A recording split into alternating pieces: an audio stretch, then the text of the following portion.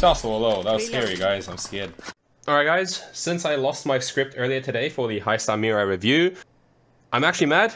No more scripting for today. All the videos we're doing are going to be purely winged and then just cut down, edited.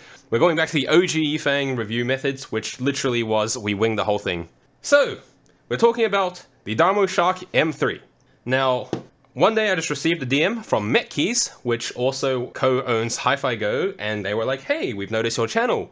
Would you like to review some stuff? And I was like, hell yeah, this is my time.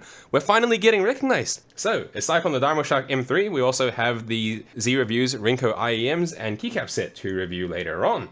Now, they also offered me the Darmoshark M3 here, or they said I can really pick any mouse out of their catalog, and while a lot of people were interested in the Deluxe M800 or BGN Dragonfly, I was interested in the Darmoshark more. I already had an idea what the other mice would be. Now, obviously, we all have an idea what this mice would be as well, but nonetheless, I had to test it for myself. So, big thanks to Mechkeys for sending this through to me, and, well, let's get into it.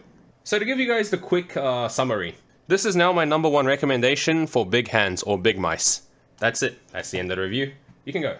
For details, unboxing, and features, it will just come in a Darmoshark box like this. Opening the box up, you would get greeted with the quick start guide. The mouse would sit inside of a little plastic bag, and also you have a USB cable. Now the cable is a USB-A to USB-C cable with a little adapter here that you can use for your dongle USB-C extender, whatever you want to call it. Inside you also get a new set of skates, and the USB itself, or the receiver itself, would actually come underneath the mouse inside the storage unit. So you can use this mouse using the dongle or wired as usual, but it also includes Bluetooth, which is a nice additional feature that no one's really going to use, but it is there for convenience if anyone does ever need to use Bluetooth on the go. Not much more spare accessories or cool things that come with, but what can you really expect of a mouse that costs $50 US, right? This is a $50 US mouse. Like, you can't beat that, right? It's almost as cheap as it gets. So for us that are in Australia, this is a $75 mouse. What other mouse on the market can cost $75 and give you a $33.95 sensor? I don't know what these Chinese companies are up to these days. But anyway, the website says it was using Kale 8.0, Black Mamba, whatever. But now on the inside, reading this Chinese, it says TDC Gold. And so I'm not sure what the switches and clicks actually are. But moving to the build quality, this mouse is a full solid shell. I have had no issues with the build quality whatsoever. It feels really solid, surprisingly.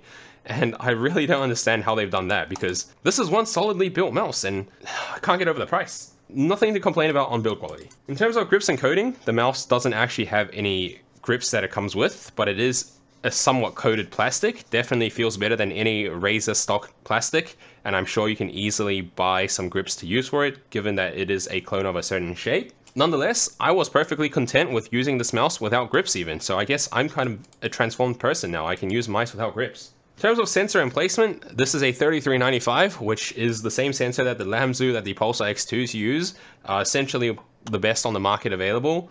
I don't know how they managed to do that with only this much cost. The sensor placement itself, though, isn't the best. I wish they moved it up a little bit more instead of having the control panel here block the sensor and having to place it further down. It should be placed a bit further up, but given that when I was using the mouse, I didn't really feel that difference, I think it's fine. Also, this is a bigger mouse, so if you guys have smaller hands and you end up using this, chances are you're going to grip it more to the back, which will make the sensor feel like it's more forward anyway. So, sensor placement could be better, but gets the job done. Now, in terms of clicks, as I mentioned before, website said GM 8.0s, but now on this card it says it's been upgraded to the TDC Golds, so I really don't know what's in here, but nonetheless, the clicks feel nice, light, and spammable. If this is TDC Golds and the Vancer mice were also TDC Golds, I don't know what Vancer did to make this feel so much worse than this, because the clicks on this are definitely better than the Vancer I used last week. Side buttons as well, very nice and spammable, and just in general, the clicks are nice, crisp, and responsive. Not much to complain about here. Definitely not as nice as Blue Shell Pink Dots, but this is still really good. So as I mentioned before, the mouse weighs 58 grams, which puts it at the same weight, supposedly, as the Pulsar X2 Medium. Now, obviously there will be a bit of unit variation, and I can't give you exact number on how much my unit weighs, but nonetheless, this feels significantly lighter than the Pulsar X2 because the mouse itself is bigger, so that weight is then more distributed, and I really couldn't tell that this thing was 58 grams when I picked it up. I thought this would be like a 55, 54, but now reading the specs, they told me it was 58, and I was like, damn, that was quite surprising. I guess it doesn't really bother me because I was also used to using the Pulsar X2, which weighs the same, and therefore this is a very light mouse given the size. Now in terms of skates, we'll get more into this when I talk about the comparison as well, but essentially the skates are a 1-to-1 clone of Final Mouse skates. Now unfortunately I don't have any spare Final Mouse replacement core pads or Tiger Ice available, so I didn't switch them, but nonetheless the stock skates were working okay. I've been using this mouse fully stock and it works fine, so the skates are a bit thin, so on a soft mousepad it does dig in and you can get a little bit of base plate touching the mousepad. However, the skates themselves glide really well. So in terms of skate design, however, I do wish that they joined the bottom skate up to become one skate and the top skate up together to become one skate as well, rather than the four corners. I'm a known hater of the four corners. I know they're trying to copy the Final Mouse thing here, but there's definitely more than enough space between the things on the bottom to combine these skates into one skate, so I do wish they could change that on a future design. Moving to shape. I'm going to chuck an Elo shapes diagram up there, and you'll see that this mouse is pretty much a 1-to-1 clone of a Final Mouse Air 58. Now the Air 58 was the big Final Mouse that I previously had at one point, then sold off because that 500 Hz polling rate was just unusable, and I do want to say that this is a very good shape.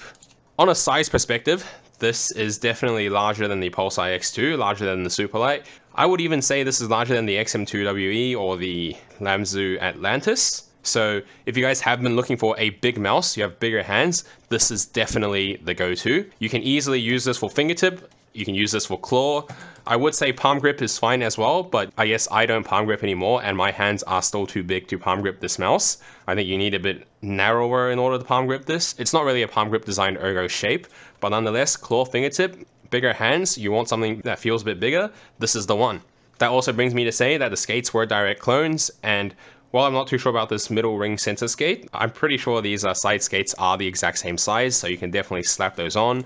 If you want grips, get Air 58 grips, slap them on, and this should just all work out perfectly fine. So as for how this shape truly performs, it is a unique shape, or not unique at this point because it was a unique Final Mouse shape, but if it works for you, it works for you. I'm sure everyone understands what this low profile Final Mouse kind of shape feels and performs like now, so I'm not going to go too much in depth. All I'm going to say is that this mouse really did work well for me. I'm still not going to main it, but I would definitely be happy to main this. It's a rare mouse that makes me go, damn, this is comfortable in terms of sizing, since I do have those bigger hands. If you guys are reaching that kind of 20 centimeter length-ish situation, definitely look into this. It's only $50 as well, you can't go wrong trying one out. So then who should buy this? Well, if you're on a budget, you have big hands, you want to try a big Final Mouse looking shape, you like the Final Mouse shape but it was just a bit too small for you, you want the latest tech internals for only $50, it's a no-brainer. Right, this review is really short because this mouse is a no-brainer. I can't review it more than this. It's a well-known, proven, tested shape that everyone in the community now has probably tried before. We know the shape works well, it's got a good sensor, my unit's build quality was fine, and the sizing is good for the bigger hands. There's really nothing more for me to say other than you need to try this mouse. Now obviously, if I was to improve on this mouse, move the sensor up, change the skates to be a little bit bigger, you know, they could have made this whole one section an entire skate. They could have joined up the top here as well, and that will honestly just be the end of the review. This gets a really big approval for those with medium to larger sized hands, and well, try it.